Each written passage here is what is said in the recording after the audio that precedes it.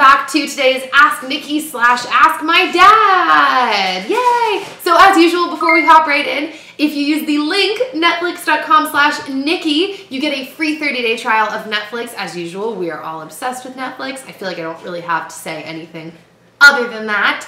And yeah, we're gonna jump right in. Let's go. Hi, Nikki. My best friend recently started dating with a guy she works with. She is 24 and he is in his mid-40s and married. This is not only concerning me, but her other best friend as well, who is talking to me about it. He also recently told me that in the office, people have been filming her with this guy and talking about her behind her back about the situation, even management. But she doesn't know why they are acting this way because she's not doing anything bad with him. She says that it's just jealousy. I don't feel like I should interfere, but it is concerning me because she is my best friend. What do I do? So she's your, she's your best friend, right? So you love her, and you know this is a tough situation, right? It's not good. It's not good. And the challenge is she's emotionally involved with someone she, really ought not have. Mm-hmm. I mean, the guy's married, right? He's married and he's 20 years older. But the bigger issue is he's married. She's emotionally wrapped into that. And she's your best friend. Maybe you could help with her thinking. Maybe you could give her advice or get through and be a sobering voice that could help her. I don't know. What do you think, Nikki?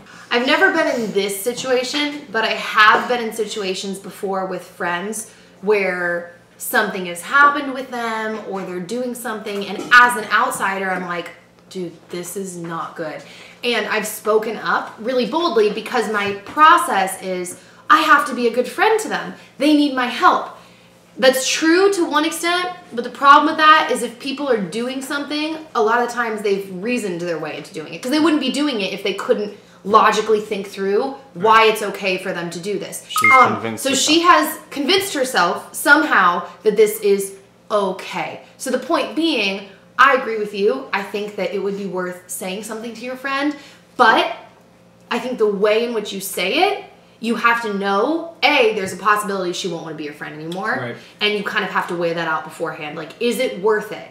Because someone has to recognize these things and want to change for themselves. So there's a chance she may not want to be your friend, first off. Second off, I think that when you bring it up to her, it would be like a good way to say it would be like, hey, I know we've talked about this before and I don't know, I'm not in your position, so I don't know if this is accurate or correct, but from the outside, I have to tell you, because I am one of your best friends, that this looks like a situation that will not end good, no matter how you spin it. He's much older than you.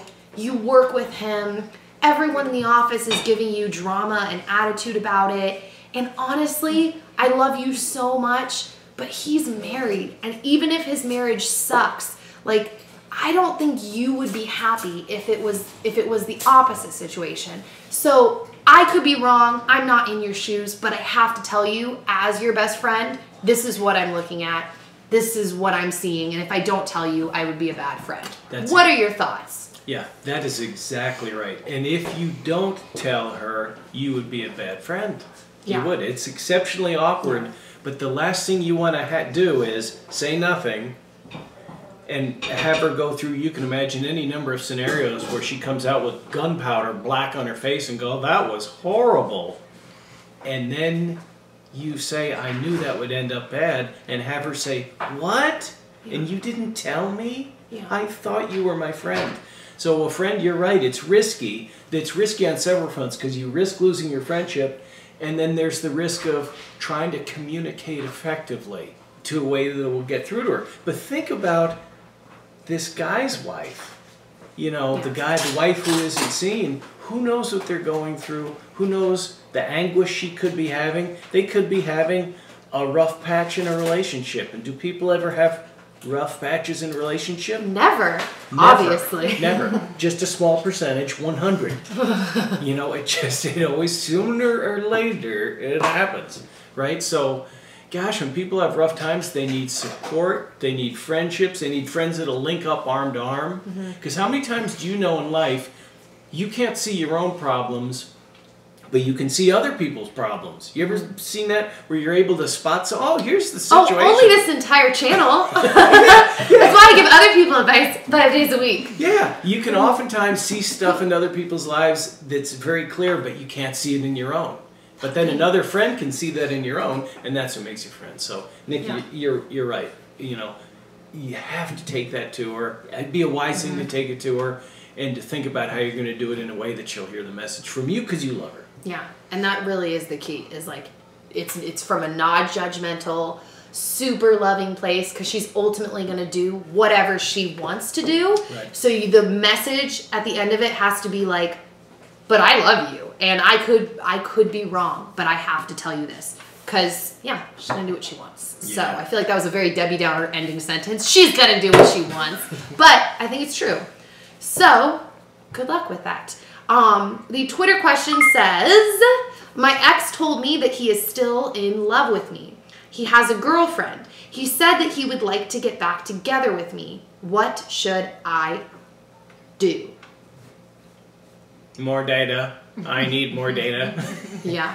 That's part one. It's like we don't have enough data, but I will say this, that if someone, I say this lightly because this isn't a blanket statement for every single person on the planet, but in general, if someone is willing to be in another relationship and talk to you, no matter what they say about you, chances are, even if they leave that person and go to you, that's just a line they're willing to cross personally.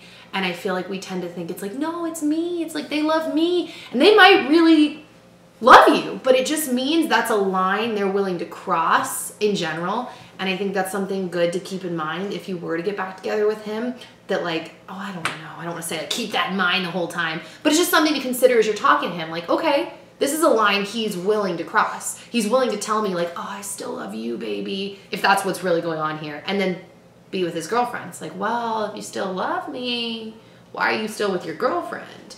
You know what I mean? Yeah. But like he said, we don't really have that much information.